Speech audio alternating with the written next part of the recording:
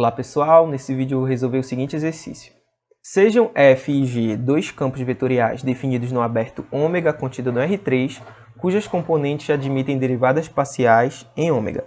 Prove que o divergente do produto vetorial de f com g é igual ao produto escalar de g com o produto vetorial do operador nabla com f menos o produto escalar de f com o produto vetorial do operador nabla com g. Primeiro a gente vai ver o que é esse operador nabla aqui. Ele é dado da seguinte forma. A gente tem aqui a nossa primeira componente do operador, a segunda e a terceira. Quando eu faço alguma multiplicação de algum componente desse operador com uma função, por exemplo, se eu pegar esse primeiro componente aqui, essa primeira componente, e eu multiplicar por uma função f1, por exemplo, o resultado disso daqui vai me dar a derivada parcial de f1 com relação a x. Então é assim que a gente vai interpretar essa operação de uma componente do operador com alguma função. Como f e g são dois campos vetoriais definidos no R3, então a gente pode definir as componentes de f como f1, f2 e f3, assim como as componentes de g como g1, g2 e G3. Uma outra coisa que a gente vai olhar aqui é o produto escalar. Então, se eu tenho dois vetores U e V no R3, sendo esses vetores U, A1, B1, C1 e V, A2, B2, C2, o produto escalar de V com U é dado pela multiplicação dos primeiros componentes, A1, A2, mais a multiplicação dos segundos componentes, B1, B2, mais a multiplicação dos terceiros componentes, que são C1, C2. Agora a gente vai analisar o que é esse produto vetorial aqui, que é o produto vetorial do operador nabla com f. Então a gente tem que o produto vetorial do operador nabla com f é dado pelo determinante, em que nessa primeira linha aqui a gente tem os vetores I, J e K. Na segunda linha a gente tem as componentes do operador nabla. E na terceira linha a gente tem as componentes de f, que são f1, f2 e f3. Agora, resolvendo esse determinante aqui, a gente tem que I multiplica a derivada parcial de f3 com relação a y menos a derivada parcial de f2 com relação a z. Mais j multiplica a derivada parcial de f1 com relação a z menos a derivada parcial de f3 com relação a x. Mais, a gente tem que o vetor k multiplica a derivada parcial de f2 com relação a x menos a derivada parcial de f1 com relação a y. Então, esse aqui é o resultado do produto vetorial do operador nabla com f. Como a gente está analisando as componentes de f como f1, f2 e f3 e as componentes de g como g1, g2 e g3, é análogo a gente fazer o produto vetorial do operador nabla com g. Então a gente já pode concluir aqui que o produto vetorial do operador nabla com g vai ser igual à derivada parcial de g3 com relação a y menos a derivada parcial de g2 com relação a z, isso tudo multiplicando o vetor i, mais a derivada parcial de g1 com relação a z menos a derivada parcial de g3 com relação a x, tudo isso multiplicando o vetor j, mais a derivada parcial de g2 com relação AX menos a derivada parcial de G1 com relação a Y, tudo isso multiplicando o vetor K. Agora a gente vai dar uma olhada no produto vetorial de F com G. Então, o produto de F com G ele é dado pelo seguinte determinante, em que aqui na primeira linha a gente tem os vetores I, J e K. Na segunda linha a gente tem as componentes de F, que são F1, F2 e F3. E na terceira linha as componentes de G, G1, G2 e G3. Efetuando os cálculos aqui, a gente tem que F2G3 menos F3G2 multiplica I mais F3G1 menos F1G3 multiplica J mais F1G2 menos F2G1 multiplica o vetor K. Então, esse aqui é o resultado do produto vetorial de F com G. Agora, a gente vai calcular o divergente desse resultado.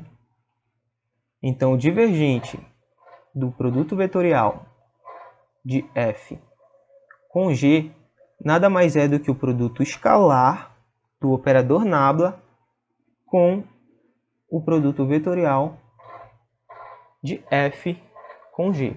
Então, basicamente, o que a gente vai fazer aqui é tirar a derivada parcial com relação a x do que multiplica o vetor I, tirar a derivada parcial com relação a y do que multiplica o vetor j e tirar a derivada parcial com relação a z do que multiplica o vetor k. Então, a gente tem que o divergente do produto vetorial de f com g é igual à derivada parcial de f2g3 com relação a x menos a derivada parcial de f3g2 com relação a x mais a derivada parcial de f3g1 com relação a y menos a derivada parcial de f1g3 com relação a y mais a derivada parcial de f1g2 com relação a z menos a derivada parcial de f2g1 com relação a z. Aqui a gente está trabalhando com a derivada do produto. Então, a gente vai aplicar a regra do produto aqui. A gente vai ter, nessa primeira parcela aqui, a derivada parcial de f2 com relação a x, multiplicando g3, mais a derivada parcial de g3 com relação a x, multiplicando f2, menos a derivada parcial de f3 com relação a x vezes g2 menos a derivada parcial de g2 com relação a x multiplicando f3 mais a derivada parcial de f3 com relação a y vezes g1 mais a derivada parcial de g1 com relação a y multiplicando f3, menos a derivada parcial de f1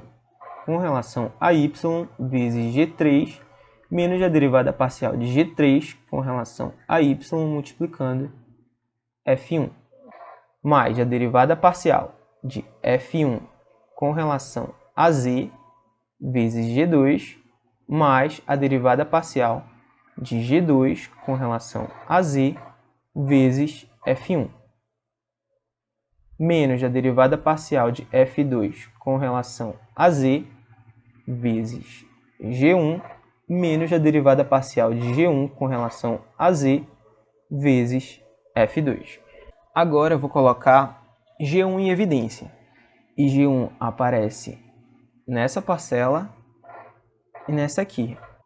Então, temos que o divergente do produto vetorial de f com g é igual a g1, que multiplica a derivada parcial de f3 com relação a y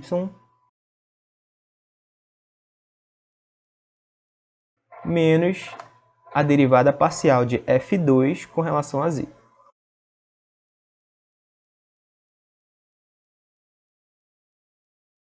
Mas, agora eu vou colocar G2 em evidência. G2 aparece nessa parcela e nessa aqui. Então, a gente vai ficar com G2, que multiplica a derivada parcial de f1 com relação a z, menos a derivada parcial de f3 com relação a x.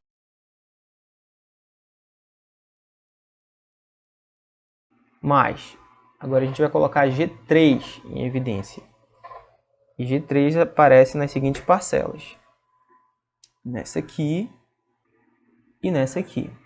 Então, a gente tem que G3 multiplica a derivada parcial de f2 com relação a x, menos a derivada parcial de f1 com relação a y. Agora eu vou colocar f1 em evidência. E f1 aparece nessa parcela e nessa aqui. Então, f1 multiplica a derivada parcial de G2 com relação a z, menos a derivada parcial de G3 com relação a y. Agora eu vou colocar f2 em evidência. As parcelas que multiplicam f2 são essa aqui e essa aqui. Então, f2 multiplica a derivada parcial de G3 com relação a x, menos a derivada parcial de G1 com relação a z. Mas, agora eu vou colocar f3 em evidência. E f3 aparece nas seguintes parcelas. Nessa aqui e nessa aqui. Então, f3 multiplica a derivada parcial de G1 com relação a y,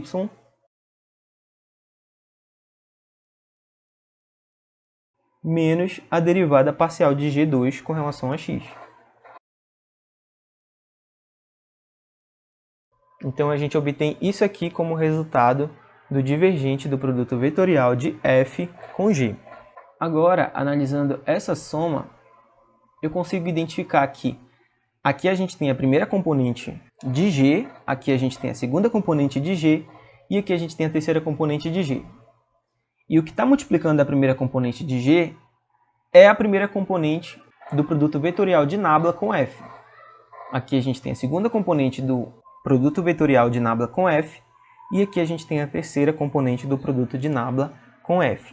Portanto, a gente pode escrever essa soma como o produto escalar de g com o produto vetorial do operador nabla com f. Agora, analisando o restante das parcelas, colocando menos 1 em evidência, eu vou ficar com menos f1, que multiplica a derivada parcial de g3 com relação a y, menos a derivada parcial de G2 com relação a z, mais f2, que multiplica a derivada parcial de G1 com relação a z, menos a derivada parcial de G3 com relação a x, mais f3, que multiplica a derivada parcial de G2 com relação a x, menos a derivada parcial de G1 com relação a y. Analogamente ao que a gente viu anteriormente, se a gente analisar essa soma que está entre colchetes, a gente vai concluir que essa soma representa o produto escalar de f com o produto vetorial do operador nabla com g. Logo, a gente conclui que o divergente do produto vetorial de f com g é igual ao produto escalar de g com o produto vetorial do operador nabla com f, menos o produto escalar de f com o produto vetorial do operador nabla com g. e assim fica provada a igualdade.